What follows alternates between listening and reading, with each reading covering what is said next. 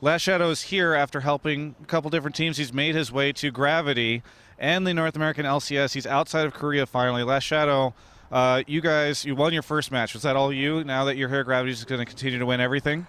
No, I don't think it was all me. I've only officially worked with the team, I think, 4 days, because the last 2 days I was traveling because I was coming in from Korea. So there's still a lot of work to do.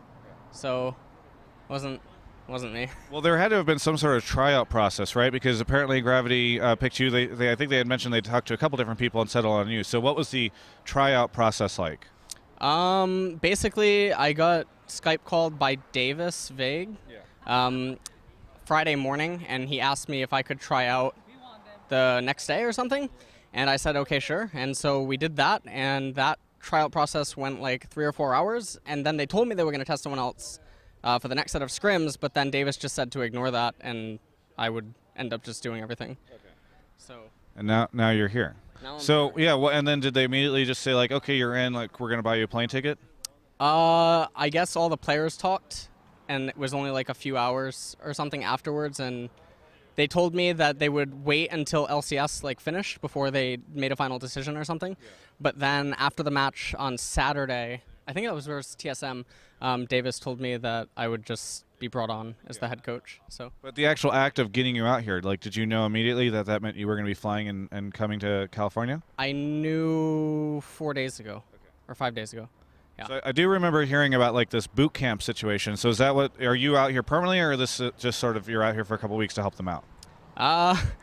It's going to be very expensive coaching. I'm going to basically be going back and forth between Korea and California. It's going to be, yeah. Weekly or what? Bi-weekly. Okay, so explain to me why this is the case. All right, so I have like legal obligations inside of South Korea, and then also like financial stuff, like just with the country and like stuff that I have going on there. And so I'm not able to drop all of it until May. And then there's also like emotional attachments and stuff there that I'm not like able to just give up like at the snap of a finger. So in May, I'll be coming here full time. But until May, which is only like 2 months, right? Because the LCS split has a break in between. So it's not really too big of a deal. So when you say emotional attachments, is this just all the women that, you know, like all those Korean girls, you're like, sorry, ladies, like, I know you've appreciated my analytical skills, but we have to sort of wrap things up? No, I'm in a kind of long relationship. Okay. So that's all. Okay. Well, we'll do a more introspective personal interview in the future, and we can discuss more of that, because that sounds so compelling. But the other question I have for you is more like, there are probably a lot of people who know who you are. There's probably a lot of people maybe not as familiar with the Korean scene that don't know who you are, because you live over there. You're some white guy that lives over there, but not Monte Cristo or Doha, so the other guy. So for those that don't know, can you give a little bit of background on what brought you to this point and like what your esports background is? My esports background, well, my gaming background started at age 3 with Zelda, A Link to the Past. Okay. That was my first entrance into gaming. And my uncle was a really competitive Mortal Kombat player. And so he got me kind of into the competitive mindset of games. And anyways, like growing up, whatever, I played Magic professionally, Yu-Gi-Oh! Semi or like pro, like borderline. And I played Super Smash Bros. Melee competitively. And StarCraft 1 was my really like big game. I tried to come here to Korea, but I couldn't because I was too young. And then when StarCraft 2 came out, I played that for 13 months or 14 months or something. And then I just kind of stuck around at the Samsung house. Like when they were white and blue or whatever. Yeah, MVP, red, white, blue, and then they became just Samsung white and blue. And I just lived with them for about 2 years. And now here I am. And now here you are. Yeah. The suit is pretty nice. Did you bring this with you, or did Davis hook you up? I brought it with me, but it's not tailored. Okay. I have to get it tailored. I think it looks good. Thank you. Yeah. The hair with it. Thank you. I appreciate that. Man, this is the first time I've met you, and already I really, really like you. Favorite coach, I think. Loco Doco, who cares about that guy? Yeah, by the way, are there any coaching rivalries we should be aware of? Like, what's your relationship with Loco Doco? Loco, he's said some pretty neutral stuff on his Ask FM, but I don't think it's like too bad. We duo queued like a year ago, just when I was starting to get back into League, and we played a little then.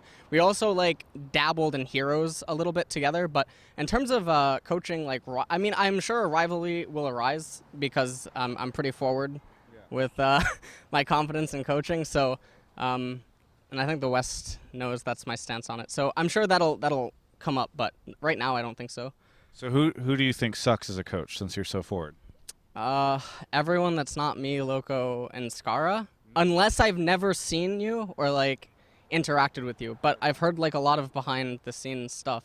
I don't mean that like offensively. It's just high standards. Damn. I'm going to interview you every week. This is fantastic. No, I'm just kidding. But only I guess every other week, right? Because you're going to be yeah. Now I'm catching on. Yes, exactly. Like, I try. Some girls. Here we go. Better than some girls. Lastshadow. No. Finally, Lastshadow. Just want to know. Is this a for sure thing? Because as we just talked about, you and I got into it where I said I was going to fight you at LCS because you were critical of my, I forget, a cop or somebody I was interviewing where I said that I felt like you'd been through a lot of teams. Yeah. You say you've only officially been with 2 teams and the other ones don't count, but you've helped out a lot of teams. So how sure is this? I'm pretty sure everything's like really good. Like Davis, the owner, has been like really good with me, and he's accommodating to all the situations, both on like a financial and emotional level. So that's really good. I mesh really well with the team. This is the first team where all 5 players are very vocal with me. Usually in the past, like I would have like 2 or 3 players that would like constantly communicate, but this team, it's really good. And then a lot of people are concerned about the relationship between me and Saint Vicious, because he's really forward and outspoken, but I don't think it's really an issue because I don't talk bullshit. Like, I will only speak facts, not opinions. And so there's really no reason to butt heads. Like, I'm pretty sure that we'll just have like a mutually respectful relationship. So when you say you only talk facts, not opinions, does this mean that you're like, no, Saint, you suck? That's a fact, not my opinion. That's how this will go down? No. What I mean is like, when determining rotations or like team comps and stuff, I don't like to dwell on opinion or possibilities. Okay. Sometimes I have to, like everyone has to sometimes, but my goal is to always just find the absolute correct answer up until mechanics, right? Because this isn't chess, so. I'm really disappointed that you aren't wearing the mask. Do you have the mask? You should have worn this on stage. That would have been sick. You don't have the mask. Okay. Hang on. We're investigating a mask situation, everyone. Steel Series backpack, by the way. That's giving possible new gravity. He doesn't have the mask. This is a disaster. Oh, whoa. What is that? This guy has some really strange things in his backpack. Yeah, that one's pretty cool. That's really nice. Right? Yeah. No, that's good. This is custom. Okay, custom. Okay. But no, that's not a mask. It's not a mask. Do you have anything you want? For you next time. Thank you. On stage? Okay. Just for you, Travis. Okay. I'm really curious if you'll like how that'll work out because I don't think the dress code mentions masks, but I also don't know if Riot wants you wearing the mask. So I'm very excited about this. Yeah. Do you have any shout outs, plugs, anything you want to say? Just thanks to everyone that supports me, and you're the reason I'm here, I guess. You know? So, yeah. They are the reason you're here. Anyway, thank you so much for the interview. Very informative. Happy to have you over here. I'll see you in 2 weeks. For everyone else, you can check out the rest of our coverage of all things LCS at ongamers.com.